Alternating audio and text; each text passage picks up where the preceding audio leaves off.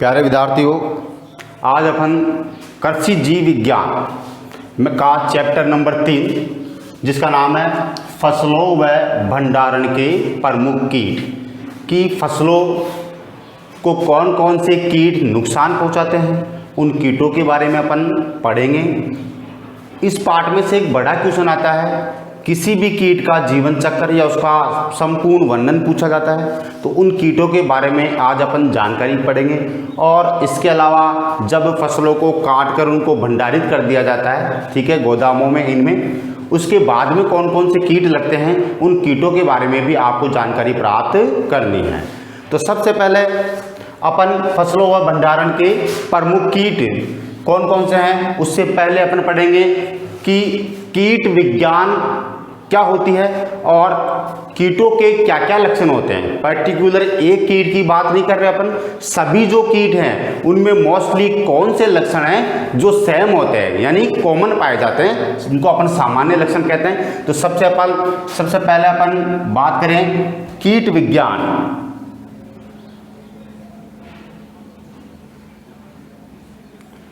कीट विज्ञान जिसको अपन इंग्लिश में बोलते हैं एंटोमोलॉजी। एंटोमोलॉजी कीट विज्ञान। तो देखिए कीट विज्ञान क्या होती है। कीटों को आप जानते हैं जंतुओं में माना जाता है, तो आप बताएंगे कि जंतु विज्ञान की वह शाखा, जंतु विज्ञान की वह शाखा जिसमें कीटों का अध्ययन किया जाता है, उसे अपन क्या कहते हैं, कीट विज्ञान या एंटोमोलॉजी। तो डेफिनेशन क्या होगी इसकी, जंतु विज्ञान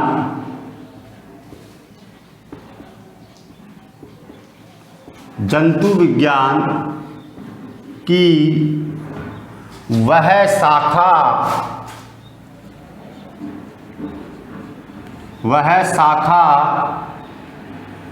जिसमें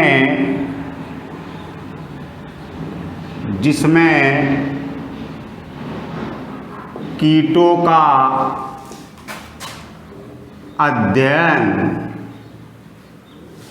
का अध्ययन किया जाता है। ध्यान दे इधर, जंतु विज्ञान की वह शाखा जिसमें कीटों का अध्ययन किया जाता है, उसे अपन क्या कहते हैं, कीट विज्ञान या एंटोमोलॉजी, जिसमें अपन सभी प्रकार के कीटों का अपन क्या करते हैं, अध्ययन करते हैं। अब देखिए कीटों के सामान्य लक्षणों की अपन बात करें।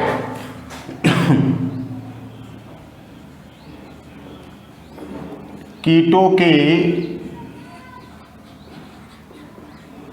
सामान्य लक्षण, तो कीटों में कौन कौन से लक्षण हैं जो कॉमन होते हैं, सभी कीटों में पाए जाते हैं। पहला जो लक्षण आप बताएंगे कि जो सभी कीट हैं उनको ऑर्थोपोडा संघ, कौन सा संघ, सभी कीटों को अपन ऑर्थोपोडा संघ में रखते हैं। और ज्यादातर कीट जो है, ऑर्थोपोडा का जो सबसे बड़ा वर्ग होता है इंसेक्टा, कौन सा होता है, इंसेक्टा। इंसेक्ट का मतलब कीट होता है और इंसेक्टा में उनको रखा गया है। वैसे ऑर्थोपोडा के कई वर्ग होते हैं, इंसेक्टा होता है जिसमें ज्यादातर कीट आते हैं। इसके अलावा एरेक्निडा होता है जिसमें बरूथी या माइट्स जिसको अपन कहते हैं, सूंडी, वो आता है। इसके अलावा क्रस्टेशिया वर्ग होता है, क्रस्टेशिया में जैसे केकड़ा ये आता है। तो अपन मोस्टली जो बात कर रहे हैं इस लेसन में, आप जो भी कीट पढ़ेंगे उनका वर्ग इंसेक्टा है। तो आप बताएंगे सभी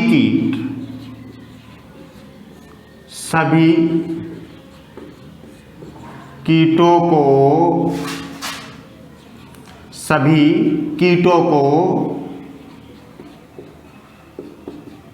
ऑर्थोपोडा संघ में रखा गया है। किसमें रखा गया है, ऑर्थोपोडा संघ में। सभी कीटों का जो संघ होता है वो कौन सा होता है, ऑर्थोपोडा। ऑर्थोपोडा में रखा गया है। ज्यादातर कीट ज्यादातर कीट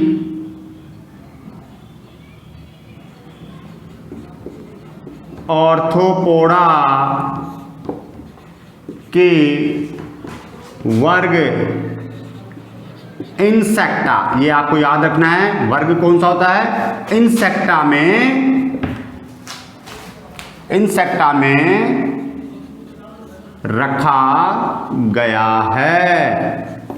तो आपको ध्यान देना है कि सभी कीट किस संघ में आते हैं, ऑर्थोपोडा में आते हैं, और ज्यादातर कीटों को ऑर्थोपोडा के कौन से वर्ग में, इंसेक्टा वर्ग में रखा गया है। अब ध्यान दें, तो पहला लक्षण आप ये बताएंगे। दूसरे लक्षण की बात करूं कीटों में, दूसरे में आपको ध्यान देना है, सभी कीटों का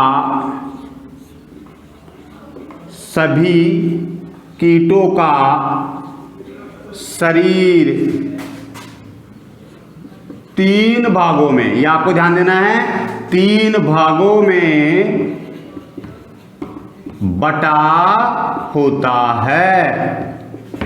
तो कीटों का जो शरीर होता है मोस्टली, मेन रूप से कितने भागों में बटा होता है, 3 भागों में। वो 3 भाग कौन कौन से हैं? पहला है सिर, दूसरा होता है वक्ष, और जो तीसरा भाग है वो है उदर। तो कीटों के शरीर को मुख्यतः 3 भागों में, यानी कीट का जो शरीर होता है, कोई सा भी कीट हो उसका शरीर 3 भागों में बटा होता है, पहला सिर, दूसरा वक्ष और तीसरा उदर। तीसरा, अब वास्तव में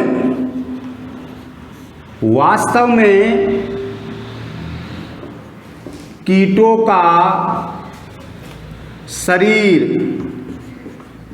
का जो शरीर होता है वास्तव में 20 खंडों का, ध्यान देना है यहां पे, 20 खंडों का बना होता है। वास्तव में कीटों के शरीर को अपन देखें तो उसमें आपको कितने खंड दिखाई देंगे, 20 खंड। अब ये 20 खंड कहां कहां होते हैं, ध्यान दें।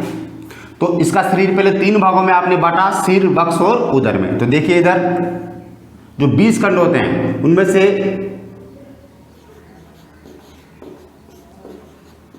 सिर में 6 खंड होते हैं।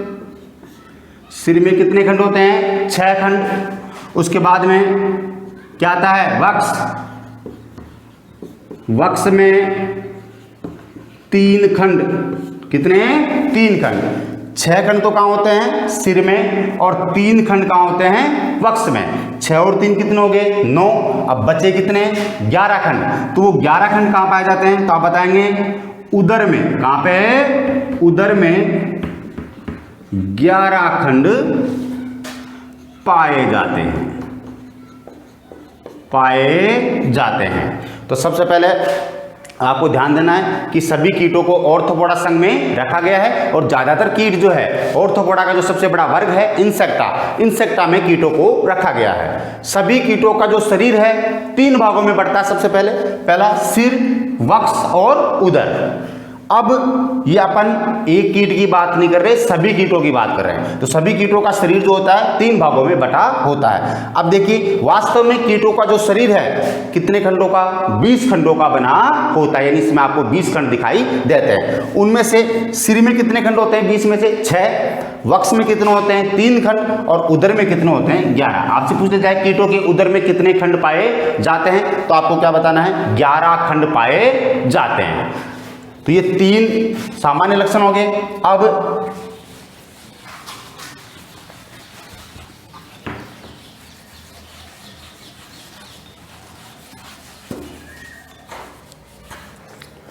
लक्षण 4 की बात करें अपन, लक्षण नंबर 4, तो आपको बताना है कि इनकी टांगे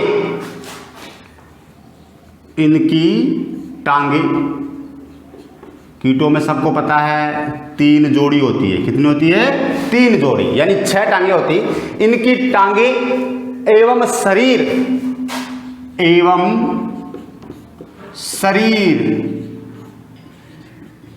बहुखंडीय, याद रखना है आपको, बहुखंडीय होता है।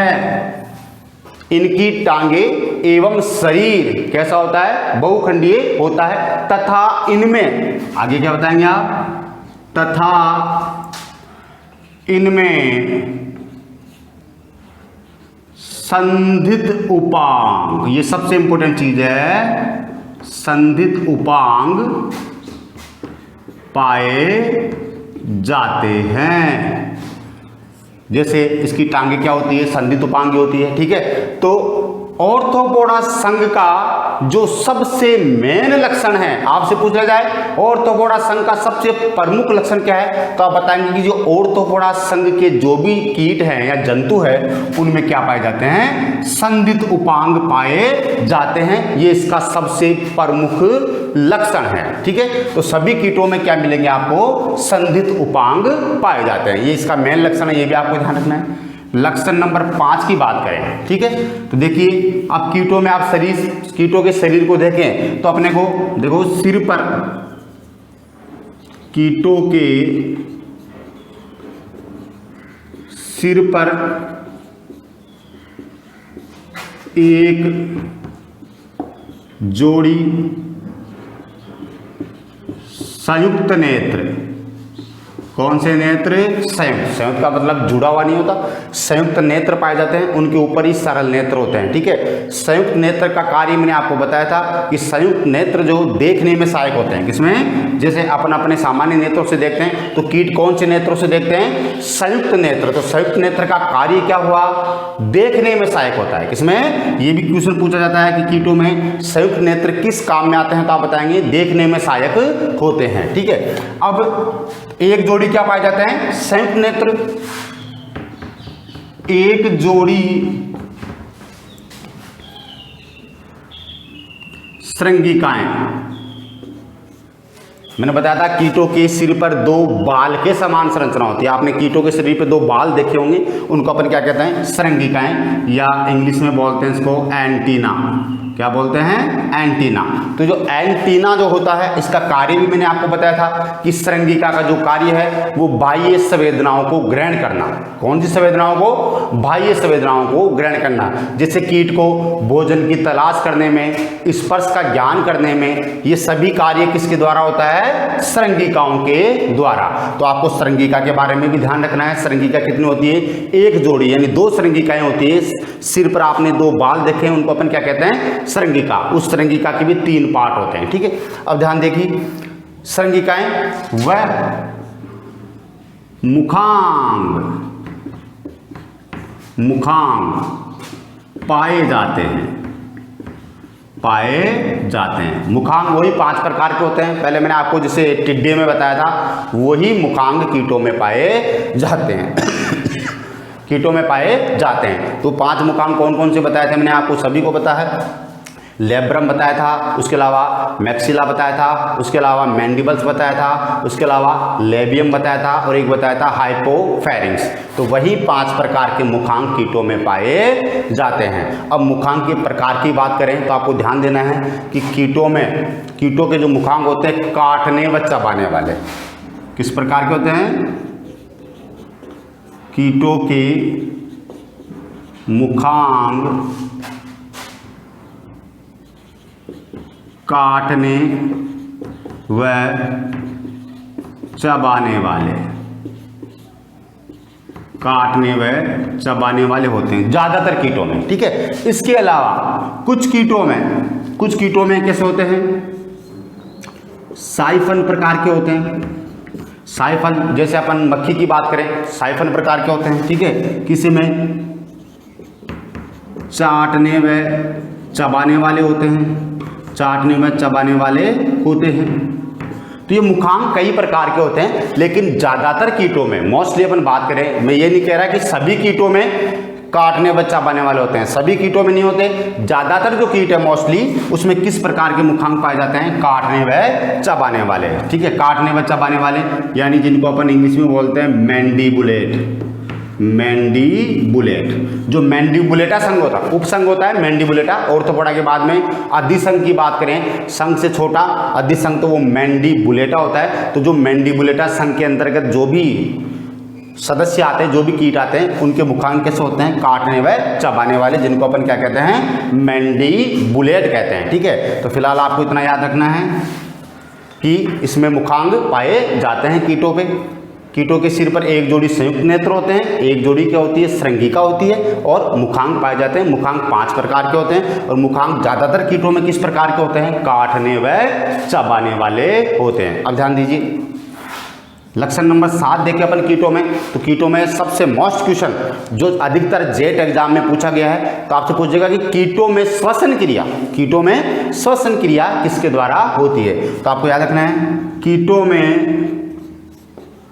कीटों में श्वसन क्रिया, बहुत मोस्ट क्वेश्चन है ये। कीटों में श्वसन क्रिया ट्रेकिया, किसके द्वारा? ट्रेकिया, जिसको अपन श्वास नली भी कहते हैं, ट्रेकिया या श्वास नली, ट्रेकिया के द्वारा होता है। ये मोस्ट क्वेश्चन है, अधिकतर एग्जाम में पूछा जाता है कि कीटों में, कोई सा भी कीट हो, चाहे कॉकरोच हो, ठीक है, इसके अलावा टिड्डा हो, तो उनमें जो श्वसन होता है किसके द्वारा होता है? ट्रेकिया के द्वारा होता है। ठीक है, तो कीटों में श्वसन किसके द्वारा होता है? ट्रेकिया के द्वारा। लक्षण नंबर 8 अपन देखें। ठीक है, तो 8 में आपको बताना है, देखिए, कीट उत्सर्जन के आधार पर, किसके आधार पर? उत्सर्जन के आधार पर। मैंने बता रखा आपको, उत्सर्जन के आधार पर जंतु 3 प्रकार के होते हैं। पहला यूरियोटैलिक, कौन सा? यूरियोटैलिक, जो यूरिया का उत्सर्जन करते हैं उनको अपन क्या कहते हैं? यूरियोटैलिक। दूसरा होता है अमोनोटैलिक, जो अमोनिया का उत्सर्जन करते हैं उसको क्या कहते हैं? अमोनोटैलिक। लास्ट जो है तीसरा, यूरिकोटैलिक, कौन सा होता है? यूरिकोटैलिक। देखिए, तो कीट उत्सर्जन के आधार पर यूरिको, यहां पे को लगाना है, यूरिकोटैलिक होते हैं। सभी कीटों की बात करें अपन तो सभी कीट कैसे होते हैं? यूरिकोटैलिक। अर्थात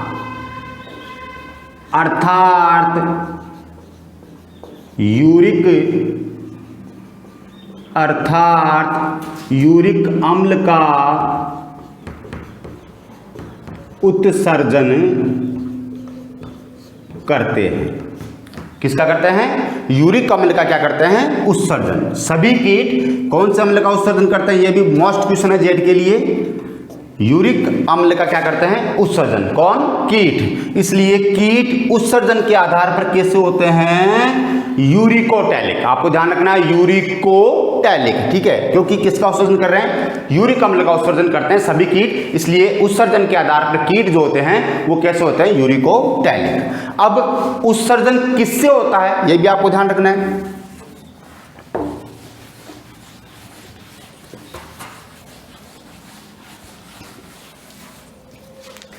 सामान्य लक्षण नंबर 9, तो आप बताएंगे कीटों में, सभी कीटों की बात कर रहा हूं मैं, कीटों में उत्सर्जन, ध्यान दीजिए बहुत मोस्ट क्वेश्चन है, मेल पिग्घी नलिकाओं से होता है। किससे होता है? मेल पिग्घी। मेल पिग्घी एक वैज्ञानिक का नाम है जिन्होंने कीटों में इन नलिकाओं को, छोटी छोटी नलिकाओं को खोजा जिसके द्वारा उत्सर्जन होता है, तो उन्होंने उसको नाम दिया मेल पिग्घी नलिका। मेल पिग्घी किसका नाम है? वैज्ञानिक का। तो आपको याद रखना है सभी कीटों में उत्सर्जन मेल पिग्घी नलिकाओं से होता है। किससे होता है? मेल पिग्घी नलिकाओं से होता है। उत्सर्जन के आधार पर कैसे प्राणी है कीट? यूरिकोटैलिक, अर्थात किसका उत्सर्जन कर रहे हैं? यूरिक अम्ल का उत्सर्जन करते हैं। आगे देखिए लक्षण नंबर अपन 10 की बात करें तो जो कीट होते हैं, देखिए कीट, सभी कीट एक लिंगी कैसे होते हैं? एक लिंगी। एक लिंगी का मतलब नर व मादा अलग अलग होते हैं, जैसे मानव के समान। मानव क्या है? एक लिंगी है। उसी प्रकार कीट भी क्या होते हैं? नर कीट अलग होता है और मादा कीट अलग होता है। सभी कीट एक लिंगी व अंडज। अंडज का मतलब जो अंडे देते हैं उनको क्या कहते हैं? अंडज। और जो विकसित शिशु को जन्म देंगे उनको अपन कहेंगे जरायुज। क्या कहेंगे? जरायुज। किसको कहेंगे? जो विकसित शिशु को जन्म दे, जैसे मानव क्या है? जरायुज है। ठीक है, तो अंडज का मतलब है क्या देता है? कीट हमेशा अंडे देता है। तो आप बताएंगे सभी कीट एक लिंगी व अंडज होते हैं। सभी कीट कैसे होते हैं? एक लिंगी व अंडज होते हैं। लक्षण 11 की बात अपन करें तो आप बताएंगे कीटों के शरीर पर काइटिन, ये ध्यान देना, जो बाह्य कंकाल बना होता है, बाहर का आवरण बाह्य कंकाल, कीटों के शरीर पर काइटिन का बाह्य कंकाल पाया जाता है। क्या पाया जाता है? काइटिन का बाह्य कंकाल पाया जाता है। अब इसका लास्ट लक्षण बता रहा हूं आपको कीटों के जो देखिए इधर, ये भी बहुत इंपॉर्टेंट है। देखिए कीटों में खुला परिसंचरण कैसा होता है? खुला परिसंचरण पाया जाता है। ध्यान देना, एक तो ऑर्थोपोडा संघ और एक मोलस्का संघ, इन दोनों संघों में कैसा परिसंचरण होता है? खुला। अपने अंदर कौन सा होता है? बंद। ठीक है, तो कीटों में परिसंचरण किस प्रकार का होता है? खुला परिसंचरण पाया जाता है। अब ध्यान दें, कीटों में रक्त का रंग जो होता है, ध्यान देना इधर, कीटों में रक्त का रंग रंगहीन कैसा होता है? रंगहीन, या इसको अपन श्वेत भी कह सकते हैं। रंगहीन या श्वेत होता है क्योंकि कीटों के रक्त में हीमोग्लोबिन नहीं पाया जाता। क्या नहीं पाया जाता? हीमोग्लोबिन। जिसमें भी हीमोग्लोबिन पाया जाता है तो उस हीमोग्लोबिन के कारण ही रक्त का रंग कैसा होता है? लाल। लेकिन कीटों में हीमोग्लोबिन नहीं होता। क्या नहीं होता? हीमोग्लोबिन नहीं होता, और इसके कारण रक्त का रंग कैसा होता है? रंगहीन होता है या श्वेत होता है। ये मोस्ट क्वेश्चन है, ये भी आपको ध्यान देना है। कीटों में रक्त का रंग कैसा होता है? रंगहीन या श्वेत। क्यों होता है? क्योंकि हीमोग्लोबिन नहीं पाया जाता। परंतु हीमोलिम्फ, ये आपको ध्यान रखना है, हीमोलिम्फ पाया जाता है। हीमोग्लोबिन के स्थान पे क्या पाया जाता है? हीमोलिम्फ। और ये जो हीमोलिम्फ होता है ये कैसा होता है? रंगहीन होता है। क्या होता है? रंगहीन। तो ये भी पूछ ले, कीटों में हीमोग्लोबिन के स्थान पर क्या पाया जाता है? तो आप बताएंगे हीमोलिम्फ। क्या पाया जाता है? हीमोलिम्फ पाया जाता है। ठीक है, अब एक एक्स्ट्रा चीज बता रहा हूं, कुछ कीटों में मोस्टली 1 या 2% कीट होते हैं। कुछ कीटों में हीमोसाइनिन वर्णक पाया जाता है। क्या पाया जाता है? हीमोसाइनिन। हीमोग्लोबिन नहीं होता, ना ही हीमोलिम्फ होता है। क्या पाया जाता है? हीमोसाइनिन वर्णक पाया जाता है, जिसके कारण रक्त का रंग, अब जिसमें भी हीमोसाइनिन वर्णक आ गया उसके रक्त का रंग कैसा रहेगा? नीला। कैसा रहेगा? नीला। रक्त का रंग नीला होता है। ये बहुत कम कीटों में देखने को मिलता है, लेकिन ज़्यादातर की बात करें आप, लगभग 98 से 99% कीटों का जो रक्त होता है वो कैसा होता है? रंगहीन होता है। किस वर्ण के कारण? हीमोलिम्फ के कारण, क्योंकि इसमें हीमोग्लोबिन नहीं पाया जाता। तो ये कीटों के हो गए सामान्य लक्षण। अब अपन बात करेंगे कीट कौन कौन से होते हैं, कि ऋतु के आधार पर कौन से होते हैं। जो ऋतुओं में, जैसे रबी की फसल को हानि कौन से पहुँचाते हैं? खरीफ की फसलों को हानि कौन से पहुंचाते हैं, ठीक है। उसके आधार पर फिर अपन फसलों के आधार पर पढ़ेंगे कि धान्य फसलों में कौन कौन से कीट लगते हैं, दलहनी में कौन से लगते हैं, तिलहनी में कौन से लगते हैं, सब्जियों में कौन से लगते हैं, फलों में कौन से लगते हैं, ठीक है। अब ध्यान दीजिए इधर,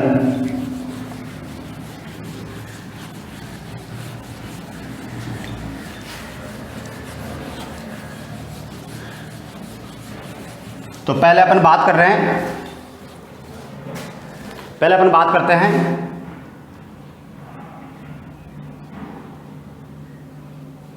ऋतु के आधार पर कीट। ऋतु के आधार पर कीट, कि ऋतु के आधार पर कौन कौन से कीट होते हैं जो फसलों को हानि पहुंचाते हैं, ठीक है। तो इसमें पहला अपन लेंगे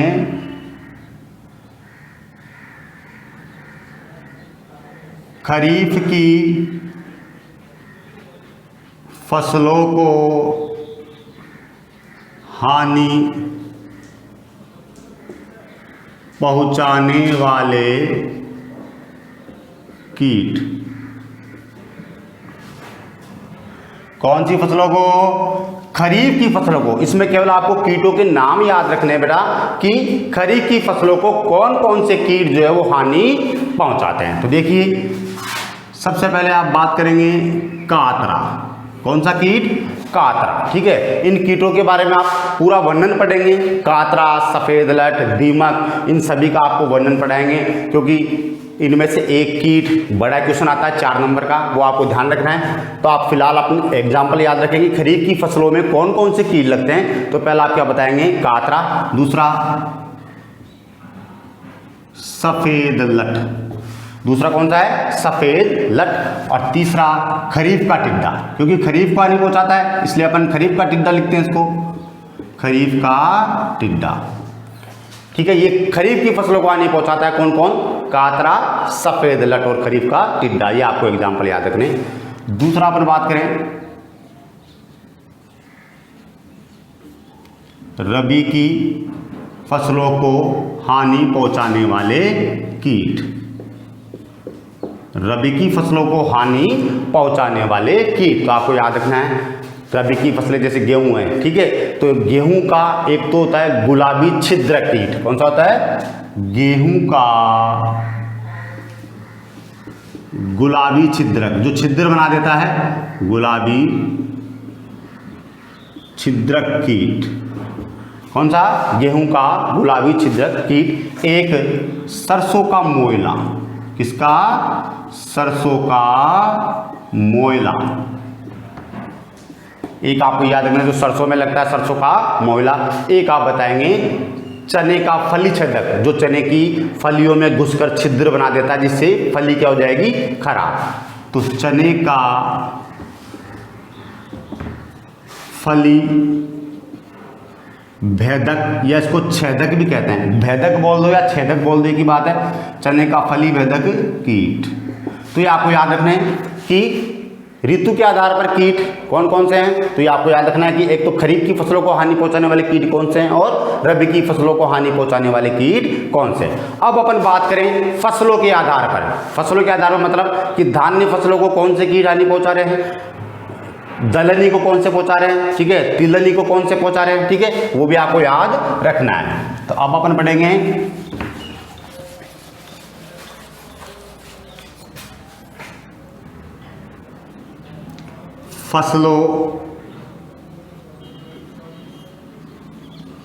फसलों के आधार पर कीट, यानी फसलों कौन कौन सी फसलों को कौन कौन सी फसलों को कौन कौन से कीट हानि पहुंचाते हैं, ठीक है। तो इसमें नंबर फर्स्ट अपन लेते हैं धान्य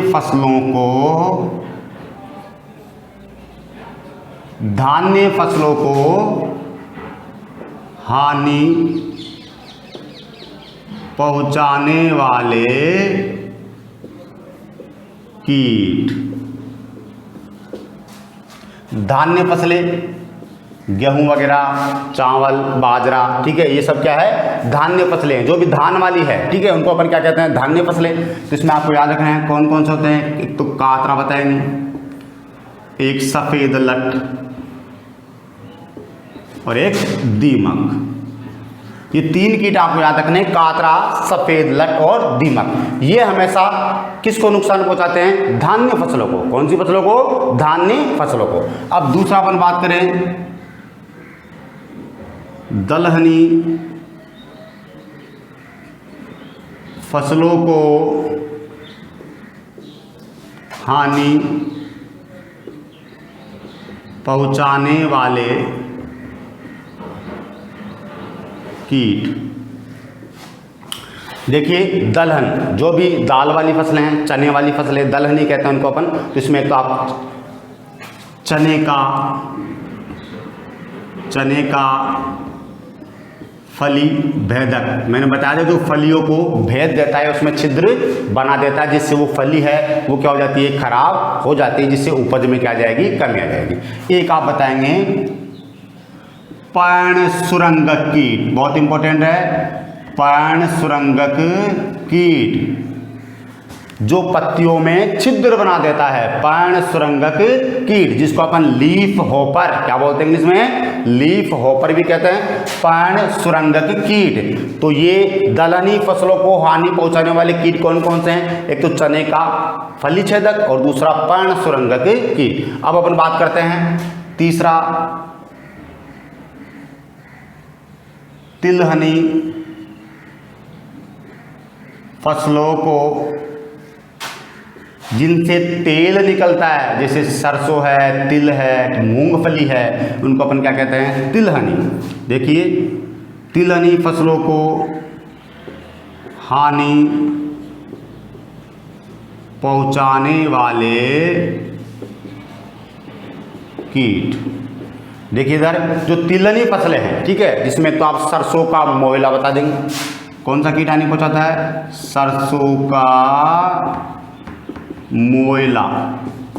एक तो सरसों का क्या बता देंगे, मोयला। एक बता देंगे मूंगफली का पर्ण सुरंगक कीट। किसका, मूंगफली का। पर्ण सुरंगक का मतलब क्या है कि पर्ण में क्या बना देगा, वो छिद्र बना देगा। मूंगफली का पर्ण सुरंगक कीट, ठीक है। तो ये तिलहनी फसलों को हानि पहुंचाने वाले कीट कौन कौन से हैं, सरसों का मोयला और मूंगफली का पर्ण सुरंगक कीट। अब अपन बात करें नंबर 4, सब्जियों को हानि पहुंचाने वाले कीट। तो सब्जियां जो है, सब्जियों को हानि पहुंचाने वाले में जो सब्जियों में, जैसे तो पहला बताएंगे मटर का पर्ण सुरंगक कीट। पर्ण सुरंगक एक ही प्रकार का होता है, अलग अलग फसलों में अलग अलग पर्ण सुरंगक कीट होते हैं, जो पत्तियों में छिद्र बना के उनकी पत्तियों को पूरी तरह से क्या कर देते हैं, खराब कर देते हैं, जिससे उपज में क्या आएगी, कमी आएगी, ठीक है। एक आप इसमें बता सकते हैं सफेद मक्खी। क्या बताएंगे, सफेद मक्खी। तो सफेद मक्खी भी सब्जियों को क्या करती है, हानि पहुंचाती है। नंबर 5, सब्जियों के बाद में अपन लेते हैं फलों को हानि पहुंचाने वाले कीट। देखिए फलों को हानि पहुंचाने वाले कीट में एक तो आप बताएंगे आम का फुदका। कौन सा, आम में आम का फुदका कीट।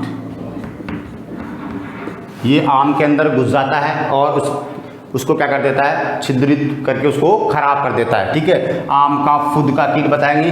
एक आप बताएंगे नींबू की तितली। कौन सी, नींबू की तितली, जो नींबू में लगती है, नींबू की तितली, ठीक है। ये 2 कीट आप किसमें बताएंगे, फलों को हानि पहुंचाने वाले कीटों में। अब अपन बात करें फसल को, जैसे अपन ने काट लिया, काटने के बाद में आपने उसको भंडार गृह में या कहीं गोदाम में आपने रख दिया, ठीक है। तो गोदाम में भी कुछ कीट होते हैं जो उस भंडारण करने के बाद में जो कटी हुई फसल है उसको हानि पहुंचाते हैं, इसीलिए अपन उसमें भंडारण में कई प्रकार के रसायन वगैरह या दवाई वगैरह उसमें डालते हैं। ठीक है, तो ध्यान दें, लास्ट ये है भंडारण में लगने वाले कीट। भंडारण में लगने वाले कीट, देखिए इधर भंडारण में लगने वाले कीट में आपको ध्यान रखना है, एक तो होता है जो सबसे ज़्यादा अनाज को नुकसान पहुंचाता है, वो होता है खपरा भृंग। क्या होता है? खपरा भृंग, या इसको अपन खपरा बीटल भी कहते हैं। क्या कहते हैं? खपरा बीटल। ये आपको नाम याद रखना है। जो अनाज वाली है उनको ये सबसे ज़्यादा हानि पहुंचाता है, कौन? खपरा भृंग। एक आप बता देंगे चावल की घुन, चावल की घुन, और इसी प्रकार से दालों की घुन, दालों की घुन। ठीक है, तो ये आपको ध्यान रखना है। भंडारण में कौन कौन से कीट लगते हैं? एक तो खपरा भृंग लगता है, एक चावल की घुन लगती है, और एक दालों की घुन लगती है। ये दालों को खराब कर देती है, ये किसको कर देती है? चावल को खराब कर देती है। जो खपरा भृंग है वो क्या करता है? मोस्टली किसको? गेहूं वगैरह इनको क्या कर देता है? क्षति पहुंचा देता है। ठीक है, तो ये आज का अपना चैप्टर कंप्लीट है। इसका पार्ट 2 अतिशीघ्र आपको डाल दिया जाएगा। ठीक है, तब तक के लिए धन्यवाद।